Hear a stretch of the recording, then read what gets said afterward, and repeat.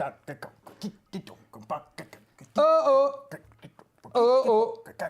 we're gonna disorganize.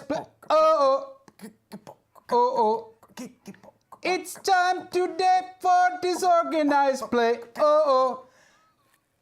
You stopped the guitar, though, the wiki guitar. I was prepared to do the whole rest of this, another 3 minutes, but Dom Zook got self-conscious when the camera came on. Unlike me, I'm a natural in front of the camera. I never get self-conscious. I wanted it to be a seamless shift where no one would know. That's People would just be like, wow, where'd you get that awesome reggae? Wow, band? This is some awesome reggae music cut to two white guys. Hi, everyone. We are two white guys. I'm white guy Tom Lommel. This is white guy Dom Zook. This is Disorganized Play. I am the Dungeon Master for Saving Throws D&D 5 stream every Wednesday night here. We have a little show that we call the Ironkeep Chronicles, which I have been running for, how long have we been? A year and a half? A little over a year? How many episodes have we had, Dom? We've got, let's see, we're almost 35 now. Oh boy. Total episodes. Yeah, so close to a year. Hey, so every Tuesday I sit down with you and your assorted friends, hail them now through the social medias. Issue the clarion call. We talk about what might happen on Wednesdays. On Wednesdays, we run the game here on Saving Throw. And then on Thursdays, I come back along with your very disgruntled friends. And we talk about what did and did not happen in our D&D game on Wednesday. Along the way, I issue expertise, advice, insight, opinions, and occasional tomfoolery.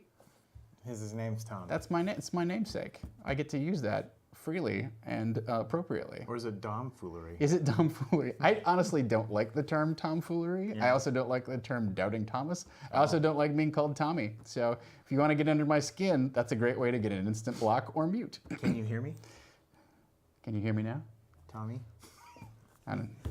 Sorry, I'm not into stuff from the 70s. Oh, well, you knew it, though. I'm current. I'm hip with the kids. Look at my hat, Dom. Even Estelle Castillo will tell you. Hello, fellow kids. Tom's the cool one. Dom is the grouty old man. What even is grouty? Let's talk about what's... It's like grumpy and rowdy at the same time. Grouty old man. Hi, everyone. Let's talk about today's agenda, shall we? So we've got some things to get ready for. We did a recap of last week's game last Thursday. If you didn't tune in for that, it was me and Eric talking about how it went. I thought that was really interesting and a worthwhile discussion. It's always fun to have one of the players on in as a guest on the recap show because you always find out something about their character that they weren't necessarily consciously aware of, and I, as the DM, would have never, like, they might not have overtly told me, right? Right. And we'll get to that in a minute. But I thought, it was fun to have Eric come in and talk about all kinds of stuff. Are you feeling better? Dom was sick last week. Yes. Yeah. Yeah. And you don't have the horde influenza that's going around and literally killing people? No. On Thursday, my roommate's been sick since Tuesday. No. And so Thursday I was like, you know what?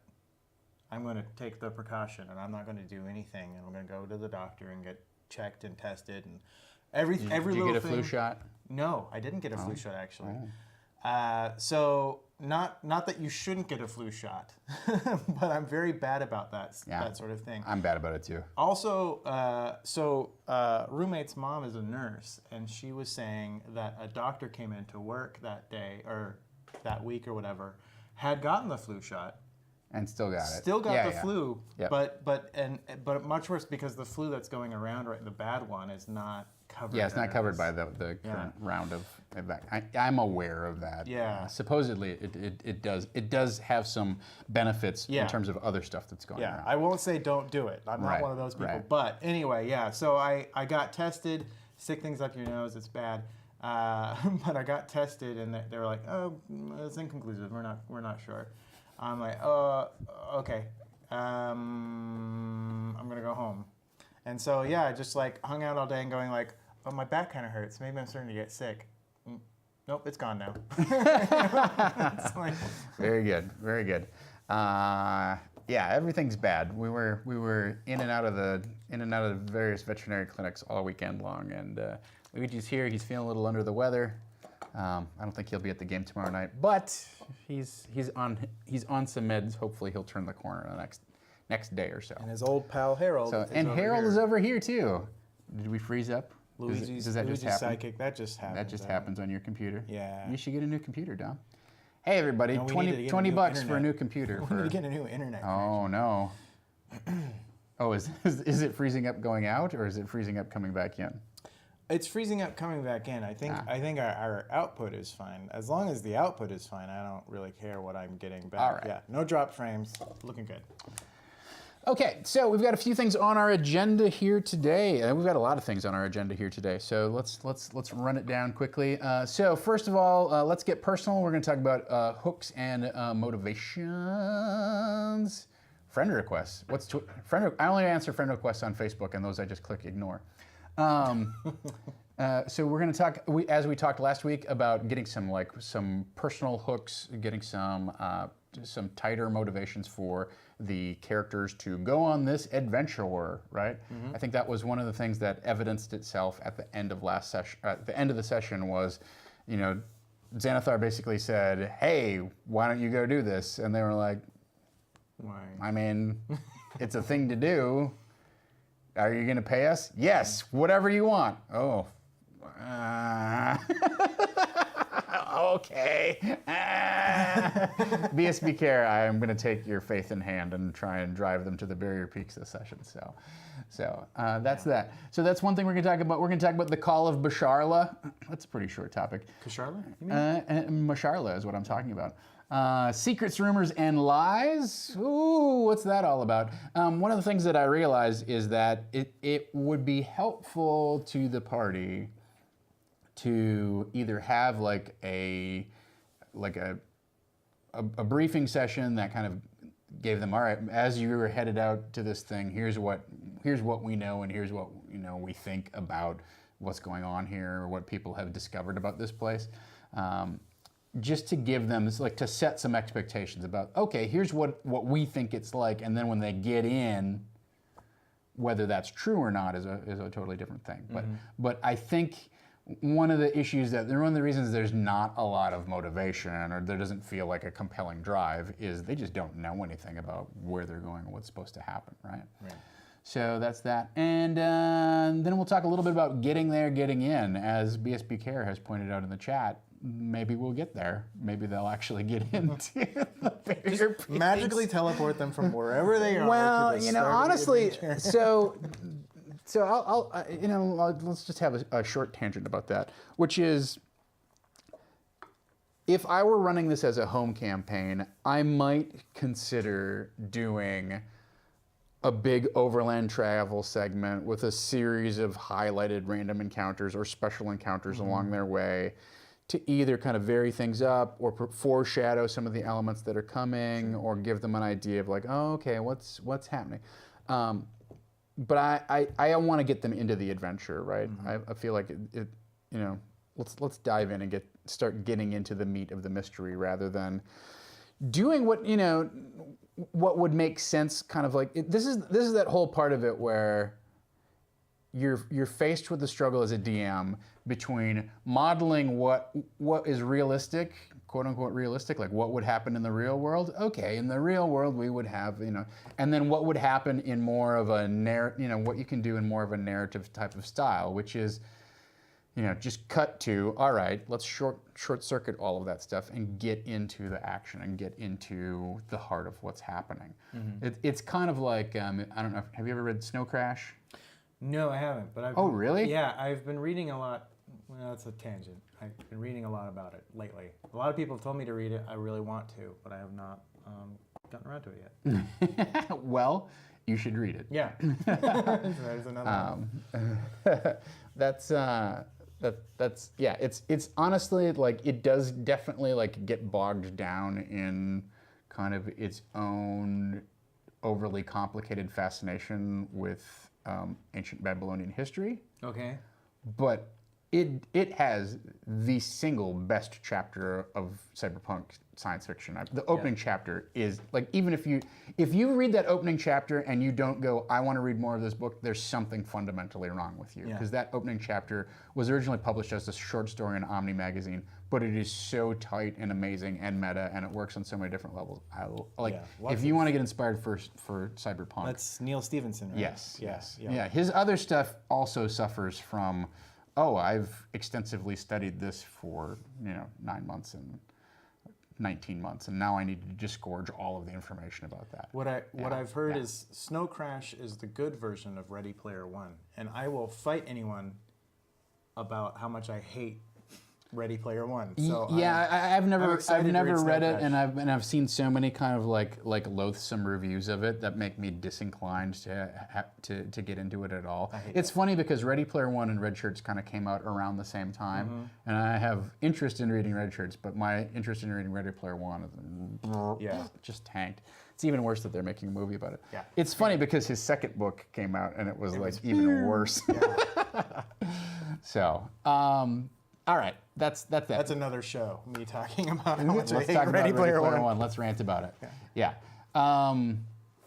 So, but I was gonna make a fiction point, which is like when you're writing like an action book or something like that. There are times where you don't have to show how the players get from A to C, right? Yeah. Like if you follow film critic Hulk on any of their writing stuff, right? But on Twitter mostly. But like if you've read any articles by film crit Hulk, they talk about how they did this great takedown of another terrible series, which is the Twilight series, right? And the point was made that like it's just ants marching, where the main character talks about like, okay, today I'm going to do this, and then she went to the school, and then she went and had lunch, and then she went and saw him after and thought about what it was going to be like to see him when she was home, and then she got on the bus, and then and it was like, okay, well, you could do all of this like anticipatory, like she dreamed of what it would be like to be with Edward in a paragraph. And you don't need to know, like, then she went to school, and then she went to, like he calls it ants marching, where, okay, well, we're going to detail every single footprint that the ants take. You don't need to do that. Right. So I'm going to try and avoid that in our game session tomorrow. Sure. But it's an easy trap to fall into as a DM. It's like, okay, well, how do we plausibly get them from Waterdeep out to this remote location? Shouldn't we have some sort of overland journey? And the answer can be yes, that's fine. In this particular case, I think it's okay that the answer is no, I don't want to do that. So, all right. So let's talk about, let's get personal hooks and motivations. And all of these topics are a little bit interrelated. So if I start to kind of, I'm going to, number one, brainstorm on camera with you guys. And number two, just sort of, I might skip back and forth between things, because like the secrets, rumors, and lies portion of the talk is certainly connected to, all of this is backgrounded on like what's actually going on in the ship, right? In the Expedition of the Barrier Peaks, inside that ship, what's happening with that? And I will tell you right up front, I haven't made up my mind 100% on everything. I have inklings of where I want it to go, but my style is to get the players started on the shore and give them a goal, and then just start sinking pylons into the river and see which way they step. And then one of the stones that they step on is a path I start to follow, and then I extrapolate from there. But I'm going to dump a lot of stuff out there that I may or may not follow up on, or may start to get a twist once we actually encounter it in play, right? So going back to the old school disorganized play videos, there's going to be a lot of Schrodinger's clues both in this discussion today. These are half forms ideas. I don't know what they're going to be until the players actually encounter them. And also in the game, these are half form ideas that I might just let the players chew on until they decide to actually act on them in a specific way. So keep that in mind. I'm very much an improvisational jazz DM, and today is going to be our rehearsal session. So a couple of things with making these hooks personal. Number one, all right, so let's talk about the two characters that we know the most about, right? So we know that Avril's, I don't know if it's been definitively established, but if you go back and watch the finale of season whatever 1 or whatever it was, or season 2, if you go and watch last season's finale where they go to the Palace of Mirrors and they're given the disturbing visions by the weird aluminum foil Mario mustache guy. If you go back to that, a lot of the stuff, or there were several foreshadowing incidents that happened in that set of visions to kind of like project forward onto Expedition of the Berry Peaks, because I knew that this is where we were going next. Now, do the players remember that? Probably not. It was last year. But they might. So some of the things that were set up in that is that Averil's parents are somehow trapped inside of this thing, right? I don't know how obvious it was to the players. You know, like we talked to Eric on Thursday, and I'm like, do you know anything about the premise to Expedition of the Berry Peaks? He's like, I have no idea. I'm like, oh, okay, well, shit, you know? Yeah. It's tough because the adventure is very clearly like science fantasy, guys with, you know, swords go find laser guns and stuff like that. And yet Eric doesn't know anything about it. I don't know whether Gaurav does. He might. I doubt that Havana does, and I doubt that Megan does. So the nice thing is that we're going to come in with a table who have kind of a fresh perspective and aren't necessarily expecting it to go one way. Yeah. But, you know, and to be fair to the players at the table, I think I have experienced this as a DM at every single table that I've sat at where they don't remember particular things. And then sometimes they hang on to stuff that they're like, oh, is this supposed to be like that time that we got that golden apple from the owl that did it? And you're like, yes. Yeah.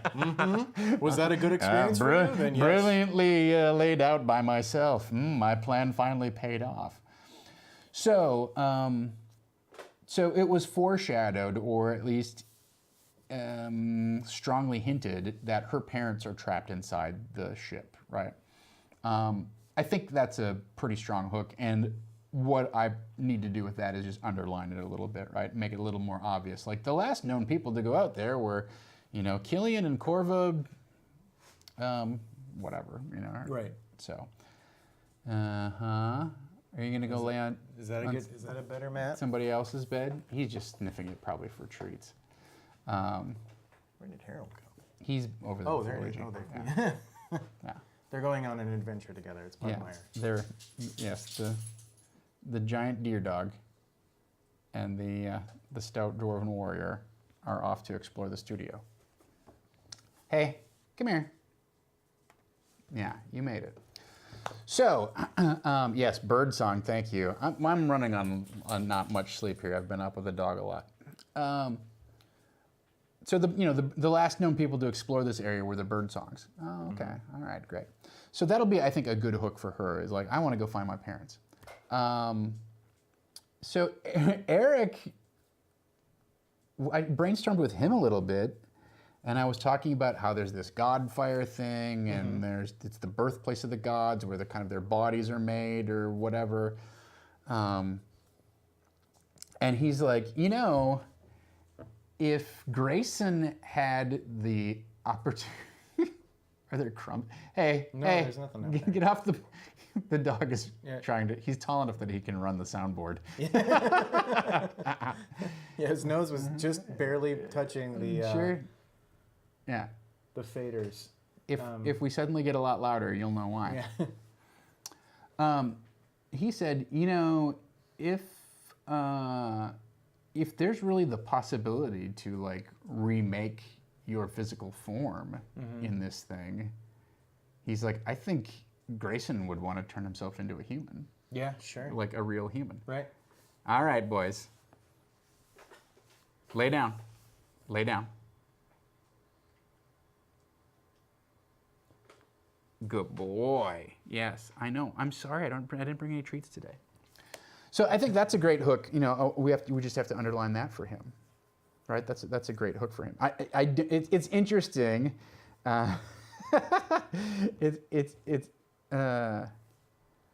James V asks, "Am I sure Avril will want to go if I imply that they are out there?" Well, so I asked her about this either It wasn't on camera. No. But I think it was after a session. Yeah. And I had said, you had kind of indicated that you wanted this relationship to be off limits, but now it's kind of come up. Are you interested in exploring it now? Is it still the case that what you said, 8-9 months ago still holds up? And she was like, no, I think I would actually like to learn some more about my parents. And that's why I even included that vision, because I cleared that with her before I even included that vision, because I didn't want to put that in there without making sure that it was a storyline that she wanted to pursue. Right. Because then it just seems like mean, right? Yeah. Like, oh, okay, I know you're not interested in this, but I, as the DM, am interested in it, and I'm gonna now because I'm using my magical world building powers to screw with whatever happened to them without you having any kind of say or input. Right. And that doesn't feel right to me. So yeah, I think she will. I think she will jump on that opportunity. Now, that leaves us with two people. That leaves us with Thawne, and it leaves us with Ava, right? Ava, I think, is pretty straightforward. I think a good motivation for her is that if this is supposedly the birthplace of the gods, then it seems to me a fairly straightforward opportunity here is that Kasharla has been disincorporated, right? Mm-hmm. Like they destroyed her body and banished her from the plane. And so if Ava can go there and reform a body, she can prepare a vessel for Basharla to come back and have a physical body to inhabit. So yeah, as BSB Care points out, it's Godfire as a way to bring Lasharla into the world. Somebody says we might be a little lower than usual. Do you feel like that's true? Give me an X. Purple on black background. Hard to read the... Jesse says. No? Turn it up on here. I don't know. We audio levels have not changed actually since last time. The audio levels have not changed. I think my mic is in the same place. So I think that's a straightforward motivation for her. And then that finally brings us around to Thawne. And I'm not 100% sure what BSB Care is brainstorming. What if it comes up that it's a one-time thing you can use the Godfire for, and you have to decide which one you're going to do? That's a devious DM trick. I think it could. I don't know that I would necessarily go straight for the jugular with there's a one-time thing, but I might build some sort of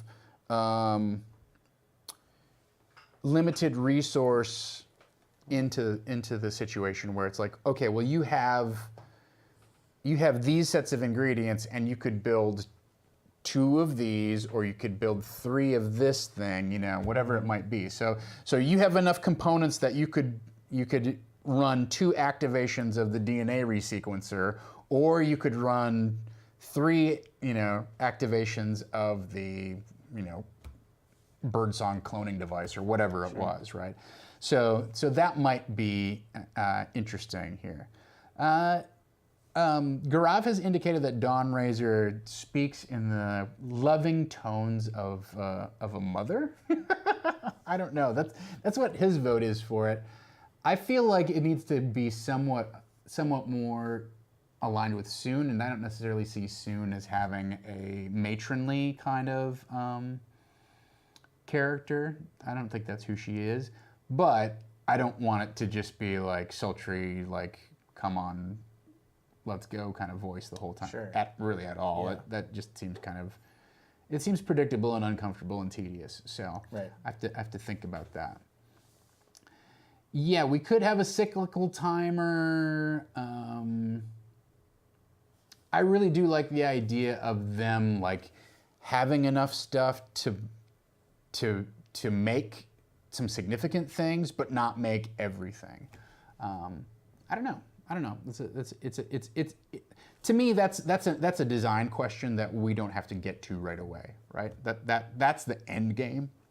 But but it's not, and it's something that we may need to start seeding early on, but we don't need to decide how we're going to set that circumstance up right now at all, in my opinion.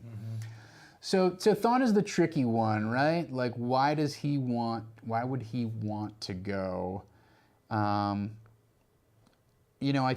think there's a I think he's one of those characters that you just have to motivate, like, by sheer... It would be nice to motivate him through the force of treasure, right? But give him a positive incentive, give him a payoff, rather than... we've done a lot of stuff with his character that is like, I'm holding leverage over you and you have to do this thing. And we've done a lot of stuff that's sort of taken him down an evil path, or at least a questionable path.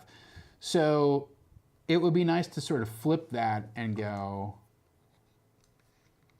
okay, well, if you go here, if you go here and deliver this for me, I will give you this item, or I will provide these forces for Oakhurst, or something like that, Yeah. Gaurav, I know, because he's already got Dawnrazor now, and Dawnrazor, give me an axe, is Black Razor reforged, basically. Purified by the goddess Soon. Of its maleficent, hungering addiction. Yes. But I think because he has that, he's got Rainmaker, he's got items. I don't know if another item necessarily would motivate him enough. And I'm trying to think, like, what's a powerful motivation for Thawne outside of that, like, what he doesn't really need to reforge the armies of Oakhurst or anything like that. I think his big push is his father, right? Which they sort of already, they got paid for that one gig, and so they have the money to do that on their own. So here's where we do actually, like, still have some leverage over Thawne, which is, that's a potion of true resurrection, right? Yeah. But it doesn't necessarily remove the curse that was placed on Thawne, right? Or at least placed on his father or whatever, right? Yeah. Because the curse was twofold. One is that he was resurrected, but as this horrible undead creature. And then number two, it's that his mother doesn't recognize his father. Sure. Right? So as I see it playing out, yes, Thawne's dad gets raised and, goes back to his natural form, but his mother still doesn't recognize him. So maybe the second part of that curse is, how does this, does this get can he somehow, like, either recover or can he get something that would lift that curse or reinstate his mom's memories or whatever it is. Right. Right. So that's one thing. I also think, just in general, that it feels like, I don't know if this is a player-driven thing or the way that Grav's, like a character decision that he's made, but he seems very revenge-driven, right? Like, he's always, like, he's wanted to go after Gingy, he wanted to go after the vampire, he wants to go after Xanathar. Like, I could tell when they were gonna have the little interview with Xanathar last session that he was like, yeah, I'm gonna open some shit up on this guy if I get the chance. And the party wasn't really interested in it, but it felt like it was happening. True resurrection lifts any curses affecting the creature when it died. Yeah. I mean, there's still an opportunity to... I think the problem with Xanathar threatening Oakhurst or issuing any kinds of threats is that he's already an unlikable patron, and if we make him more threatening, it makes him it makes the party less inclined to help, right? Like, it's less inclined to accept his mission. Yeah, especially considering how reticent they've been to accept any authority figure, anyone of power, giving them a mission. Yeah. That, And I get that why they wouldn't want to accept a mission from him, right? Like it's not like some sort of lawful good deity. It's not like Soon is coming down and saying, "Can you help me?" Right. He's literally like the most evil crime lord in all of the Forgotten Realms, and he's a vicious guy. So I can get why they don't want to cooperate with him, but then I don't want to give them. If he flexes that power too hard, then they're just like, let's find a way to escape from this guy or whatever. Maybe it's a combination of giving them a little bit of motivation via Xanathar, of some push to get something for them, like they would get something in return, right?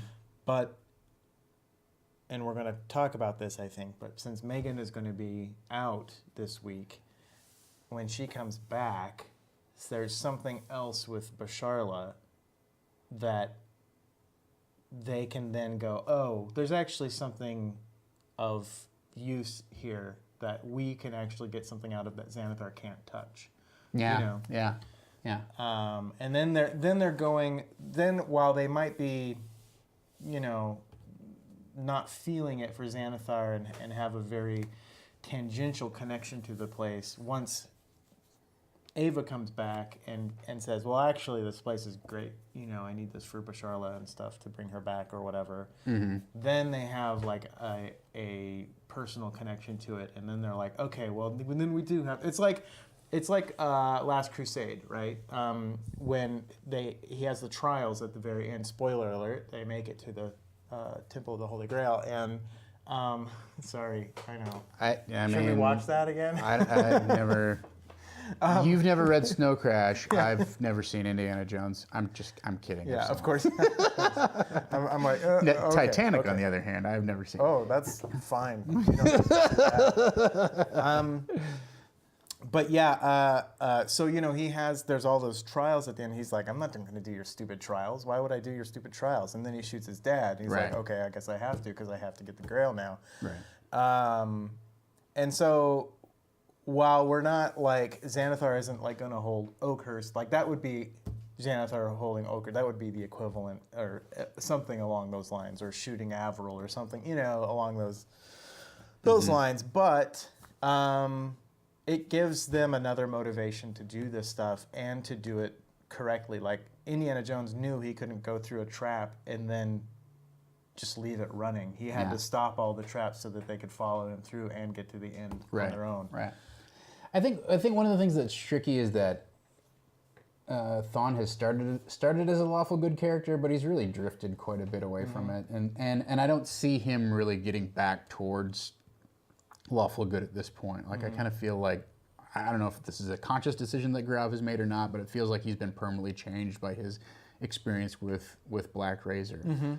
The chat points out makes a good point here that the Harpers could also have wind of what Xanathar's up to and say, why don't you go along with this, and then you can double cross Xanathar and you'll give us a boost and blah, blah, blah. So, and I think that's probably necessary in game to help justify it for Averil and whatnot, right? So it's like, not only could you discover something about your parents, but also you could screw over this, you could really like score a big victory against this crime lord guy.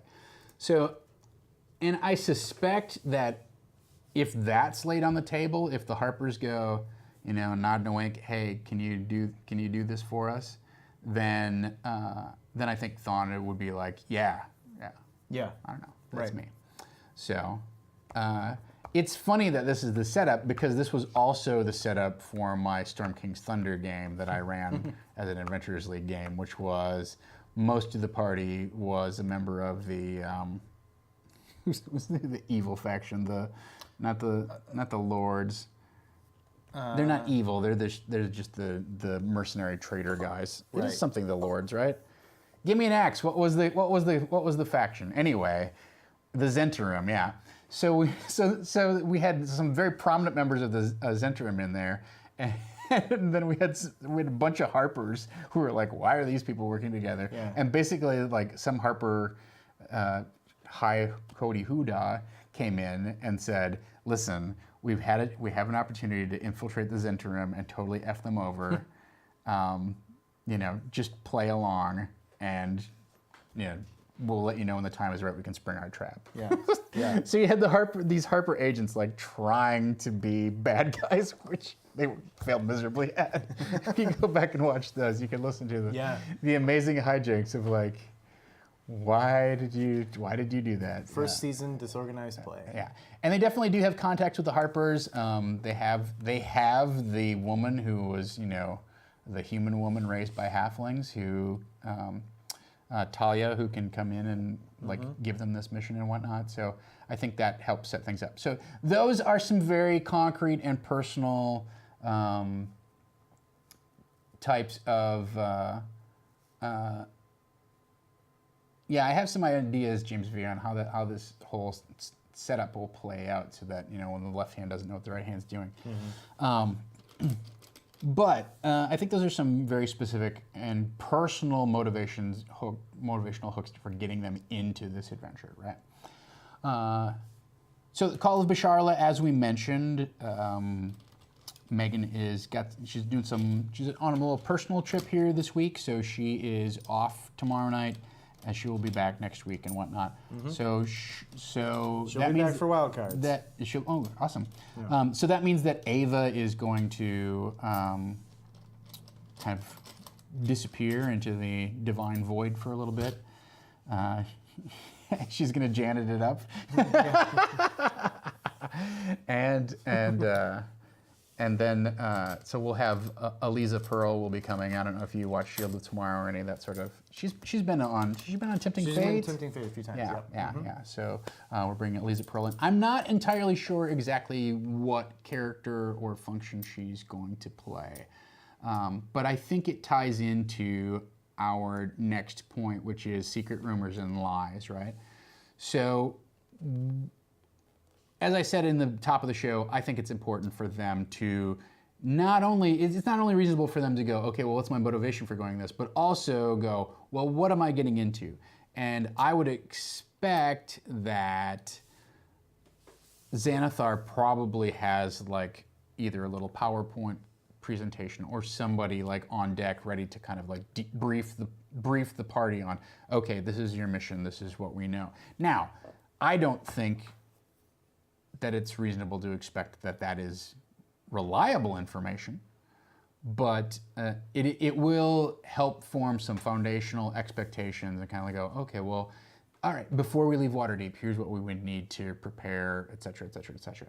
Now, one of the things to keep in mind with Eliza's character is that she's probably just going to be here for this one shot, and then I doubt that she'll ever come back. I mean, not that I don't want to have Eliza at the table. It has nothing to do with that. It's that I expect our regular cast to be here 95% of the time.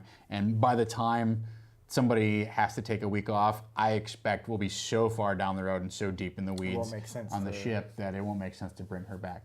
Now, what that means is I have to find like a fulfilling function for her character, but also she has to be a little bit disposable or readily sent off on another mission or locale, right? So I don't know that I can make her a Harper contact or a Harper's agent embedded with the team. Now, I could certainly make her a red shirt. I think that would be fun. I'm not sure what I need to reach out to her and see like, well, what kind of character do you want to play? Do you want to play somebody who's kind of like brawny and stupid, or do you want to play kind of the hapless researcher? Whenever I have somebody come in and guest, I always like to give them a character who's not necessarily maybe just like a straight up,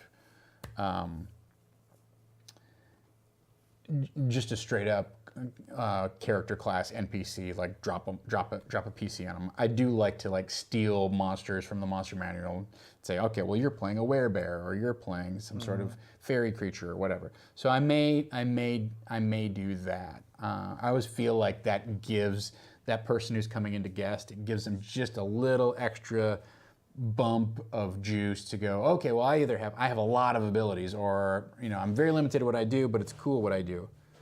Yeah, you get comfortable, buddy. What's under there? There's nothing under there. He's just weird. He just likes to dig up his dog bed and then Mm-hmm. There you go. All right, there you go. It's perfect. You made a pillow. Nope, it's not perfect. Got to put it back. I'm going to flip it over. There, now I'm going to lay on it. What if she is hunting Xanathar and wants to get information from the team, then scampers off to remain behind and go after Xanathar? I think if I were the players, then I would be worried, like, oh shit, she's gonna ruin our mission, she's gonna tip our hand. That's the first thing I think of if that scenario comes up. And I don't want her character to create a bunch of questions about who they can trust and whether they're gonna get found out or that sort of thing. It would be either that or they would be like, well, let us stay here to help you. Yeah, or why don't you just come with us, right, and we'll do it from, we'll help you hunt him down. So I think that's tricky. I think honestly, yeah. So as Wraith 42 points out, I think she should probably come through as a member of Xanathar's org. I think she's somebody that Xanathar has cherry-picked to like going along on this mission. And maybe, she's, as BSB Care points out, maybe she's kind of like a babysitter. Mm-hmm. Or I think probably more, the problem with that is then it could, if everybody knows ahead of time, then it would be could be an interesting scenario to play out where it's like, how are you going to find a convenient way to kill my character? But that gets to be a lot of cat and mouse, right? But I do think it would be interesting for her to be somebody that Xanathar is like, I don't necessarily have a lot of faith in this person, but mm-hmm. they're the one they know the most about, or they're an expert in X, Y, or Z, and therefore you need to have them on the team, right? I like, you can kind of combine the hapless researcher and a member of Xanathar's organization, right? Where he's maybe has. She didn't join Xanathar's gang, but Xanathar's like, oh, I heard you do research and you've been researching this crater and everything, and perhaps you would like to help us, So by the way, your family is tied up and I have them hostage, Yeah. I have some ideas about that, I guess. There's some fun possibilities. So I think that's maybe what happens.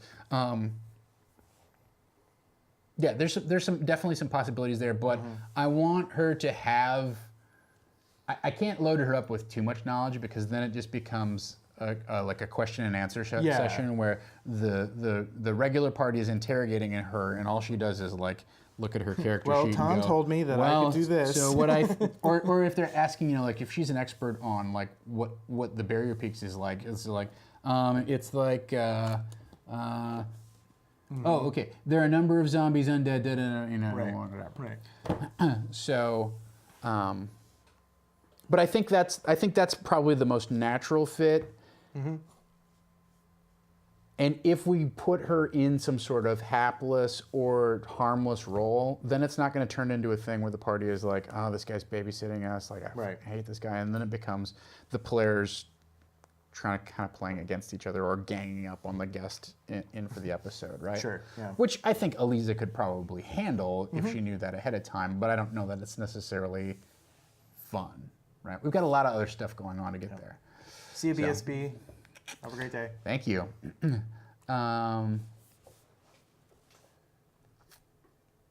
So at any rate, so that's the call of Basharla. So secrets, rumors, and lies. As I said, I think there needs to be a PowerPoint presentation about kind of what's going on. Let's just talk on a high level briefly, because you guys you've all thrown a lot of different ideas on kind of like, oh, what's the kind of the dramatic driving conflict here? Where could this go, and whatnot, right? So I'm gonna give you a sketch outline of what I think the grand kind of situation with the ship is. I don't know that it's developed enough yet into what is the adventure climax, and I don't know that I want to decide that ahead of time, but I do want to talk about like how I've tweaked the adventure or my interpretation of the adventure, right? So we talked about this a little bit last week, where it's like, if it's just a dungeon delve, top to bottom, get in, get locked in, fight your way through to the bottom, collect as much electronic loot as you can, and then kind of hopefully get ejected out the back end with a bunch of mind flayers and veggie-pygmies. Like, I don't think that succeeds for our purposes, right? For one shot, it may very well be fun, but for our purposes, I don't think that's going to be an intriguing storyline. So there's a couple things. There's always a couple things with me. That's one of my idioms. So I think the ship is in some sort of like state of arrested development. And I hate to say that because it just brings up quotes from the show. But I think the ship is both trapped and maybe still trying to fulfill its mission, right? So it's like it's trapped, but it's also still traveling in some sense of the word, right? So that's happening. I think this Godfire thing is either its engines or its nuclear core or its power supply or whatever it is, but I think it's something that's very potent that can be harnessed somehow, right? There's also technology on the ship which clearly can be harnessed somehow to either manipulate biological bodies and whatnot, create and reshape, reform life. So those things are going on. Now, with that being said, and if we accept this as like the birthplace of the gods, somebody earlier said, well, what if the gods are actually aliens who came out of the ship and assumed like godhood over domain over this land? You could go even further with it, and it's like, what if the world was populated through some sort of like DNA replication machine that was like, let's just spit out a bunch of creatures and see how it goes, and that's how all this like crazy stuff, gets. That's the origin of the dwarves and the elves and man. But on top of it, it's also the origin of the owlbear and all those weird monsters that you find in the adventure, right? So there's that going on. The questions that raises is, number one, how old is this thing? It must be incredibly ancient, right? If it is the crucible of the world, right?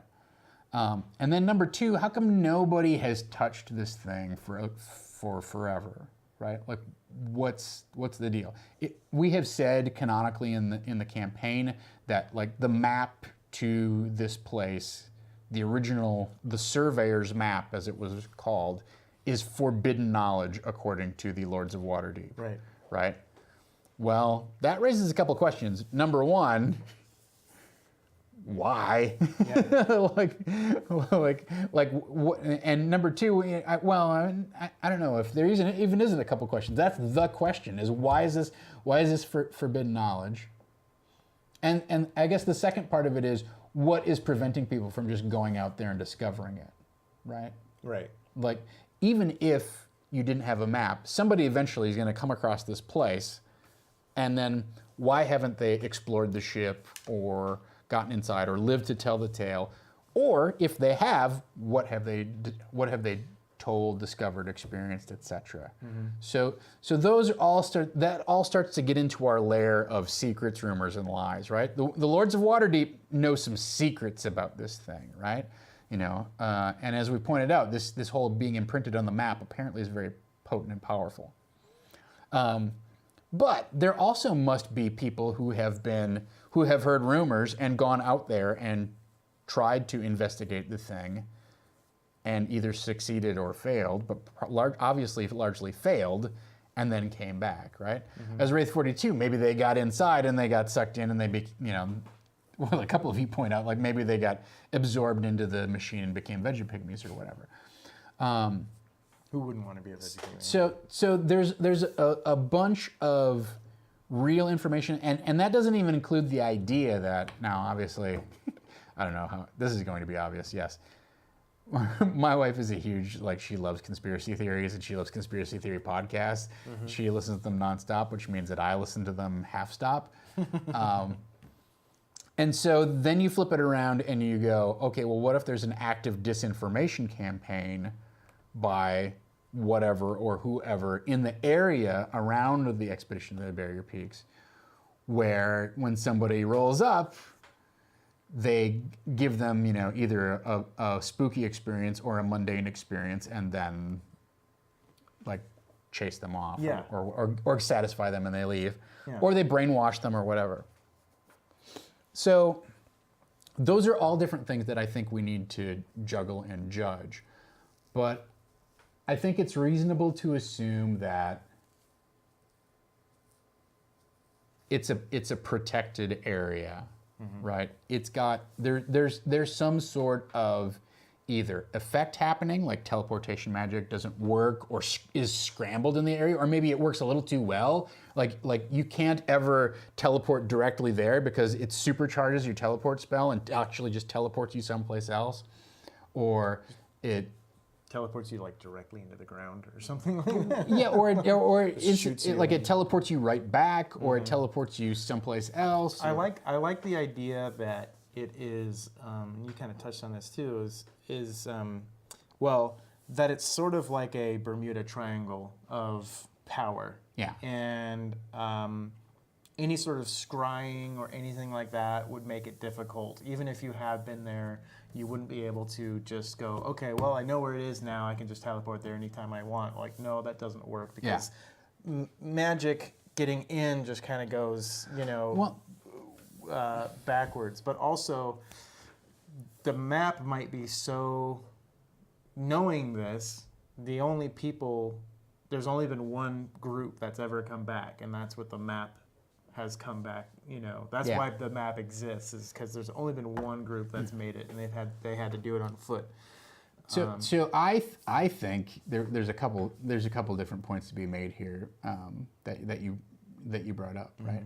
But number one, what if the map was not created by somebody who went there and described what it was? What if the map is from somebody who left there and decided not to go back? Sure, yeah. Or maybe this is their ticket back, like, oh, this is how I'm going to get back. Yeah. Right? So there's that piece of it. That's true. Right?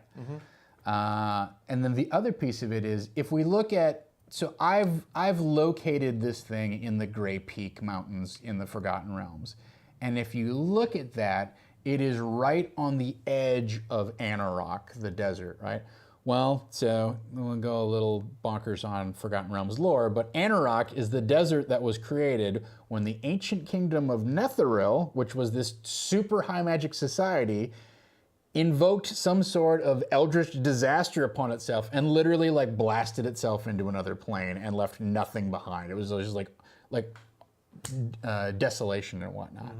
Okay, well, what if the ship is somehow either connected to that kingdom, or what if there wasn't a magical cataclysm? What if the ship crashing into or somehow like warping into the planet is what caused that cataclysm and wiped all those people out? But as a result, it's very plausible that canonically people would go, oh, because of the Netherese ancient mages and their wily experiments, there are dead magic areas and there's wild magic areas, and magic here is just generally effed, right?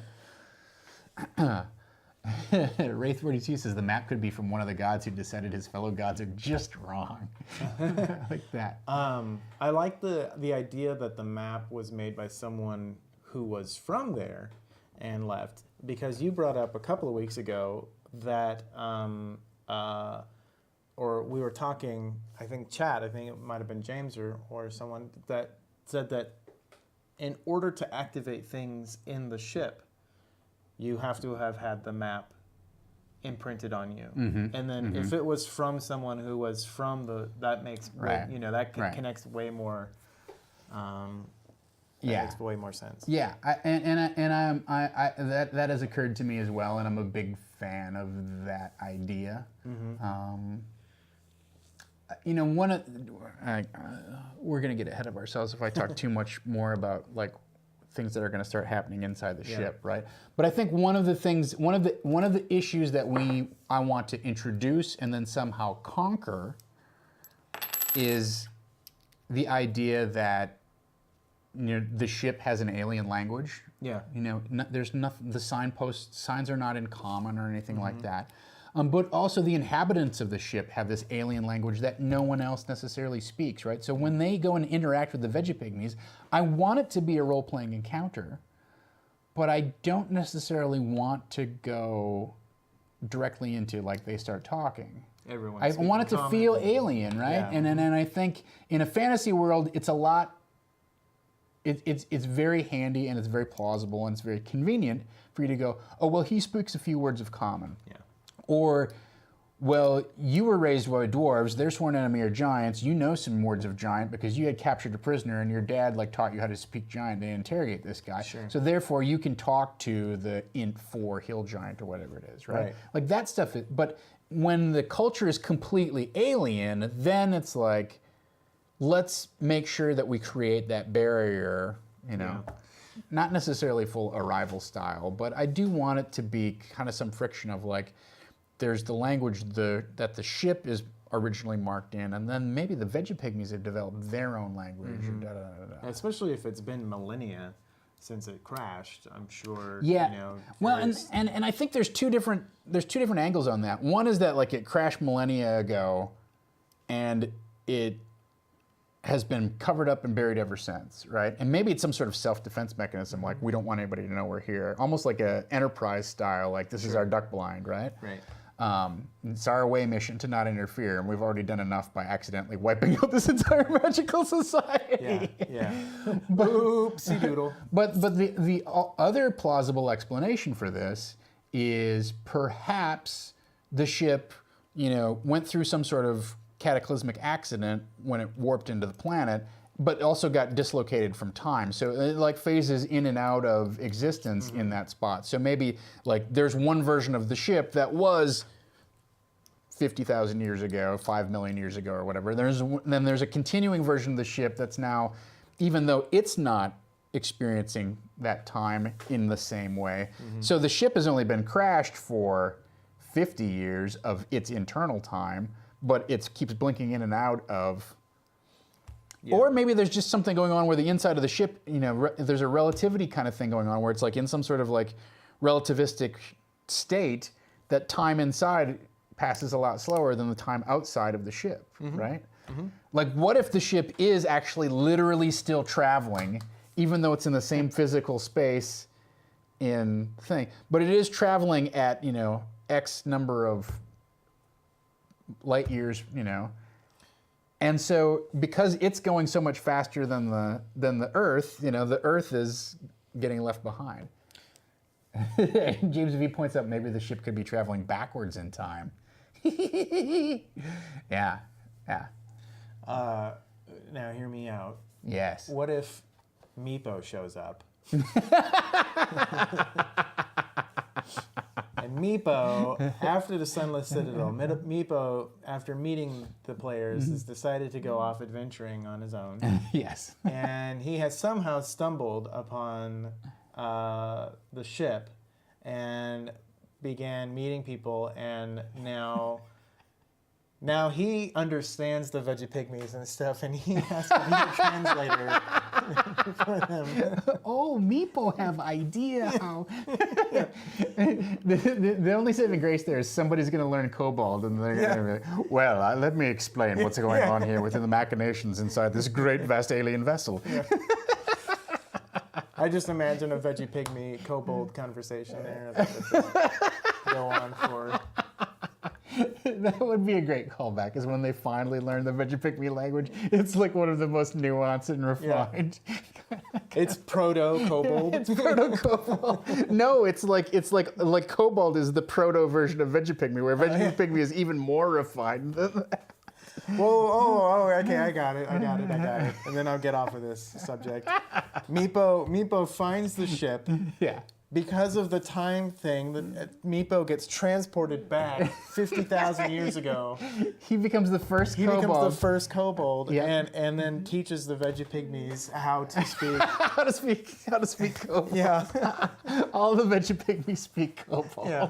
But it's been 50,000 years, so it's such an offshoot now of Kobold that, you know, if the players have any sort of like Kobold language. My God. They can be like, I sort of am picking up words, but... So I've really been like trying to brainstorm some different takes on what sort of religion the Vegapygmies might have, and what if they get in there and it's just this shrine to the ancient god Meepo, Meepo the Eloquent, who's like this sage who came and rescued them from ignorance and demonstrated the true ways of elocution, and then everybody just speaks this very stilted form of Draconic. Right. Then Thawne would be like, wait, I kind of understand what they're saying. I kind of get what's going on here. Hang on. Which isn't bad, right? Like, it's always fun when the players get like little snatches of what's happening. So, anyway, so that's good we'll too. See. Yeah, so there's a lot of different... You find out that the kobold language is the root of language of Draconic. What if it's the kobolds invented dragons? Yes. Like Meepo goes into the ship and realizes that he can like create Lori farms, and he gets together the Vegapygmies. He's like, no, we have to make a mother. And they're like, what are you talking about? And he's like, oh, it's this great thing with these huge fangs that breathes fire and these wings. And they're like, that sounds amazing. And it's the kobolds who actually created the dragons rather than the other way around. There's a lot of fun ideas that we can have with that concept. I don't know if that like how much of that modern day person goes and creates a time loop type of idea is too cliche. Sure. And it does get into, as somebody pointed out in chat, like issues of like, well, if they're moving relativistically and then they decide to leave the ship, then it's now 200 years later. Right. Although, now this creates a very interesting circumstance, right? So in the original adventure, it's you get locked in and you just have to kind of fight your way out before your supplies run out, basically, right? Survive to beat your way to the end, right? Well, what if once they got in, they found out what was going on and they realized that unless they fixed the ship, whatever that means, like maybe they have to like stop the relativistic travel mechanism or whatever it is, that when they do exit the ship, if they try to exit the ship, they'll come out, 200 years later. Right. So now they have an incentive to like actually do something inside the ship besides just like, let's go find this Godfire thing, right? Like now they have a reason to interact with the ship and understand what the problem is and how they can like get back to their real time, right? So that's interesting. Could they use the prison to escape back to the Iron Keep? Maybe. I don't know. I think it's also reasonable to, if we assume that the ship itself is in some sort of either like demi-plane or alternate plane, or I think it could also be a mixture of like parts of the ship are stuck in one plane and parts of them are another, but there's some sort of like weird integrity field that's trying to keep the whole thing together. And that's maybe what causes the wild magic and the dead magic is like the ship itself is like, nah, I have to do this in order to keep, to keep myself whole. Then I think it's reasonable to go, the book doesn't work inside the pocket dimension of the ship or whatever, right? So that would be, an interesting out. Or, you might just say, well, you can try to get back to the Iron Keep, but you don't know in what timeline you'll go there. Yeah. I mean, I don't think it's necessarily a thing of like, I don't think it becomes an issue of if you leave, of not being able to find a way out, right? It's not that they're locked in the ship. It becomes a dilemma of, we could leave at any time, but when we leave, it will be a different time unless we stay inside long enough to fix it, right? So it's honestly, you're trapped by the circumstance. You're not physically trapped. So if they wanted to use the Iron Keep to pop through to a different dimension, pop outside the ship and go back to Oakhurst or the vicinity, that's fine, but it would still have the same implication of as if they just walked out the door. Like time is still passing differently outside the ship than it is inside. But I think that could be a really fascinating. It seems like a very compelling dramatic circumstance. It's like, how do we adjust the warp field or whatever? And I also think, James V is pointing out, like, the Horizon Walker, someone has to get them, right? I think there's also opportunities for Thawne as a Horizon Walker to, like, sense, like, oh, okay, well, we're now in a different we're in a different dimension. We've, like, physically crossed over into a different dimension. Right. All right. I think we talked briefly about taking a shortcut to getting there. I think I'll probably just send them via airship or something like that. Train. Yeah, just go to the station. It's just Eberron. Yeah. Between there, they just go to 5 3/4 and whatever. So yeah, we've got a lot on our plate in terms of like our time budget. If we're going to sit down and look at our time budget, it's like they need to come to an agreement with the Xanathar, decide what the stakes are of what's going on there.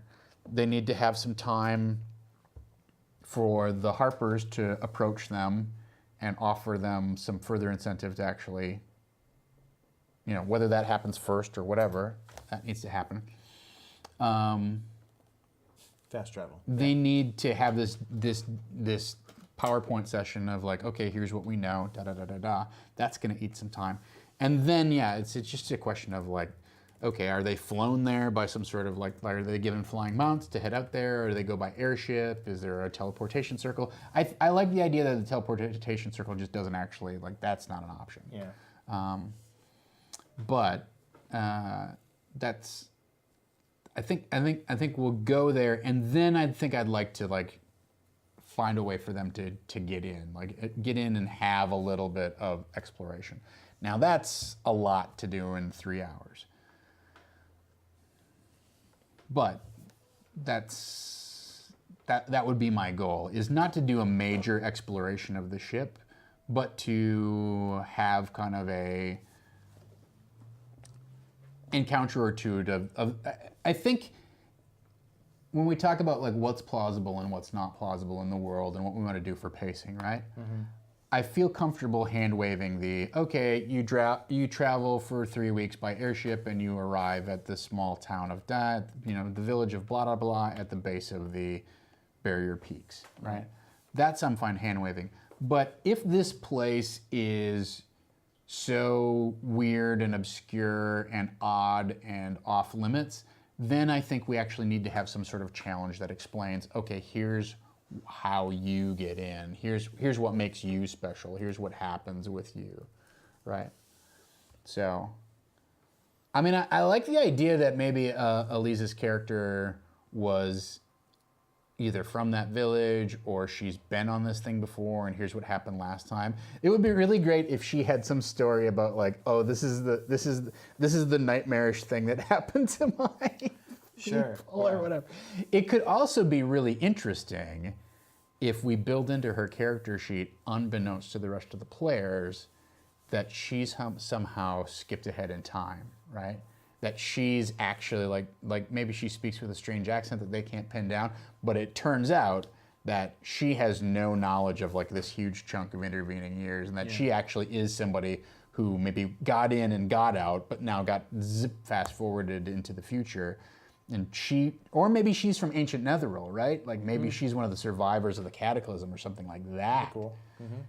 Yeah, gotta get it pretty early to be this DM brain, Jesse. I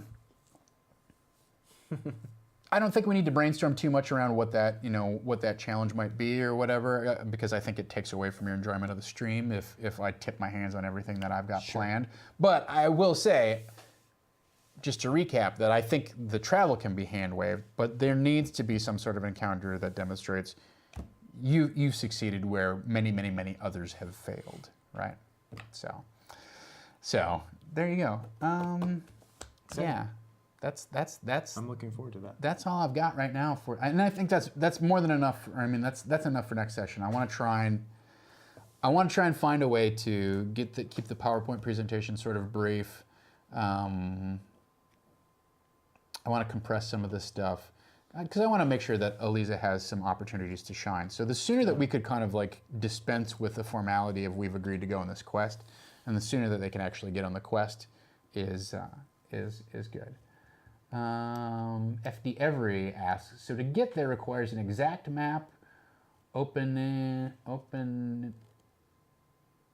the ship requires a shifting form, fixing the ship requires a sense of planes and other oddities, and an understanding of the godfire requires a godling to open it. Maybe, I have some ideas. So I don't think we need to brainstorm too heavily on this in terms of like, oh, what explains the magic key that they have? It is certainly like an interesting set of circumstances that we have a doppelganger and we have a semi-divine being, right? We have somebody who's imprinted on the map.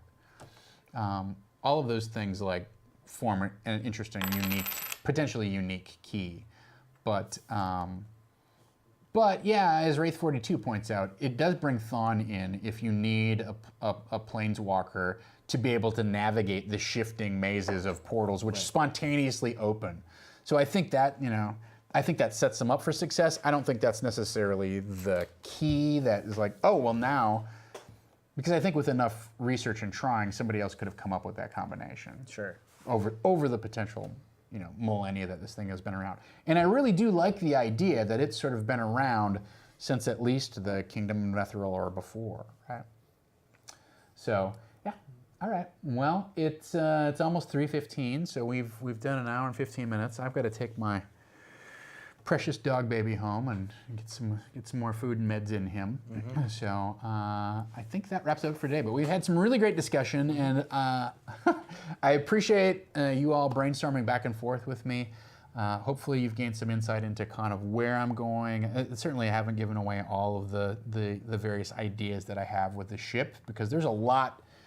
As we go forward with this, obviously, the next piece of it is going to be to break down sort of like level by level, okay, here's what the challenges are, and here's how we're going to attack them from a design point of view, and how we're going to adjust and remix them, and how we're going to update them into our plot as it develops, as the players respond to it, as we all create new ideas around it. So we'll get much more into the meat of the module in the coming weeks. But this gives us a solid place to start writing lore, to start giving them some backstory and some background that they can use to go forward, at least confident they have some information and not just sort of meandering their way into this thing going, I don't know. Here's where I think the function of backstory becomes important, right? Is when you give characters lore like this, or specifically when you give players lore like this, they're going to start flashing on bits of inspiration. Oh, that sounds really cool. That sounds interesting. Oh, now they get excited by, I want to explore that thing. I want to explore this thing. Whereas if you just say, okay, 2 miles outside of town, there's a set of steps. There's a dungeon behind the door at the bottom of the steps. They go, yeah. Okay, well, we go to, there's no excitement, anticipation.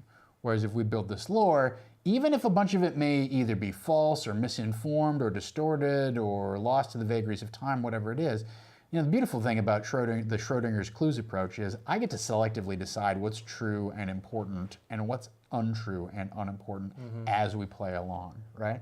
So when I see the players get really excited about the idea of gene resequencing, but they don't really get the time travel thing, I can throw away the time dilation stuff if I want to. So I hope this has been a productive conversation for you all, or at least informative and inspirational. It has been for me. And so tonight we have the premiere of, is this season 2 or season 2 of Black Bag Detectives. It's certainly not the season 2 of all of the various Black Bag incarnations that we've had. But GM Wes Otis, Keeper. Yes. I don't know if we actually have to technically use that term since it's Fate Core. It's Fate now. But Keeper Wes Otis is in the hot seat tonight. And who's the cast? The cast is Ben Dunn, Ben Dunn is Terry coming back. Gamble, Kelsey Osborne, and newcomer Morgan Ellis. Oh, Morgan Ellis will be on the show tonight. Very good. So joining the cast. That's fun. So yeah, that's Black Bag Detectives. That's 70s style cop show cross with a little Lovecraftian lunacy. Yeah. Tune in for that at 8 o'clock tonight. Tomorrow night, of course, you can see how all of this plays out right here on Saving Throw with the Ironkeep Chronicles. Thursday? We recap. Thursday, right? Thursday at 2 we recap. Yes, Thursday indeed. We recap, and then the season premiere of Never Tell Me the Odds. Star Wars is back. Is it an all-new set of characters? All new set of characters. It'll be Talene, Mason, Tyler, and newcomer Zeke Pinero.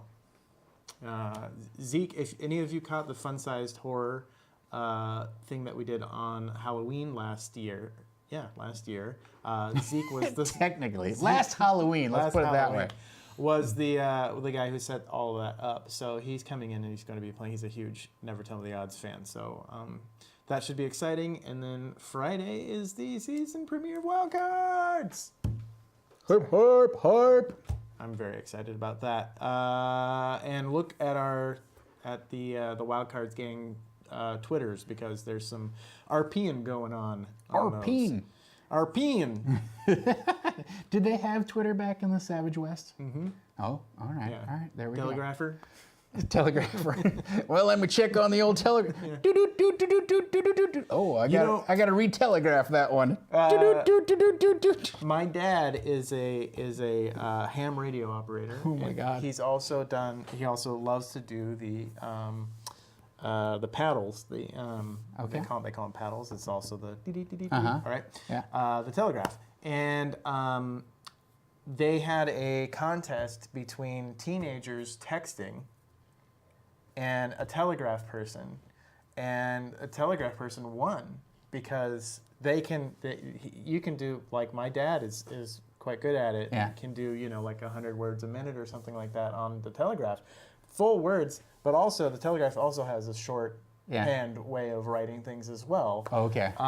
But the teenagers were just like, "You got what, mate?" or something, Well, I think the other, I don't know how they measure it either, but like a telegraph is literally streaming information the entire time, right? Whereas if you're texting, you're writing the words, and then when you're done, you hit send, and it all gets sent as a block. Right. So you're dropping chunks of information, whereas, a telegraph is building it up continuously. Right. So anyway, Nerd time. So there you go, and then I want you all to know that Dom is a nerd. It's true. I'm the cool guy. I hang with the kids. I'm gonna keep wearing this hat. I don't care. I like it. So. That's the buzz. Thank you so much to Farquaad and all the rest of our mods who help keep our channel safe, friendly, clean, and accessible. Thanks to everyone who shares the show on social media. We've been doing good numbers on the show, so I appreciate you guys getting the word out. I think people are going to get excited about Expedition to the Berry Peaks. One of the reasons I picked this is because nobody else is doing it, and there's a lot of fondness for this old adventure, and I think we're going to take it some new places, and I think people will be impressed. So thank you so much to everyone who supports the channel, either just sharing us on social media or financially or whatnot. We really appreciate your time, energy, talent, treasure, and passion that all go into supporting our channel.